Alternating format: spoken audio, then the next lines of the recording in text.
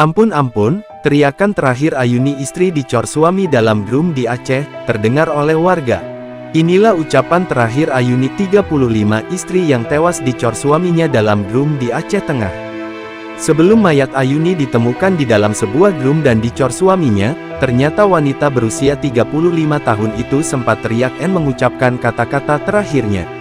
Adapun mayat Ayuni ditemukan dicor di kebun kopi di Kampung Uning Teritit, Kecamatan Bukit, Kabupaten Bener Meriah, Kamis, tanggal 30 Januari tahun 2025. Ayuni diduga menjadi korban pembunuhan oleh suaminya sendiri di kebun kopinya.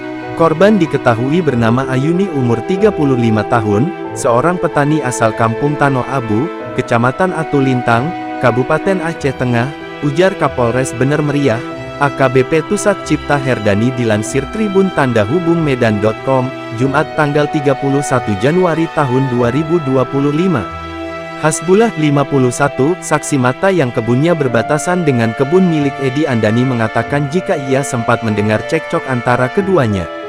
Ia juga mengaku mendengar teriakan, "Ampun ampun," dari korban Ayuni. Saat itu, Ayuni teriak meminta ampun sehari sebelum ditemukan tewas dicor, pada Rabu, sekira pukul 10 waktu Indonesia Barat. Namun, saat itu Hasbullah tidak menggubris suara tersebut dan pulang ke rumah.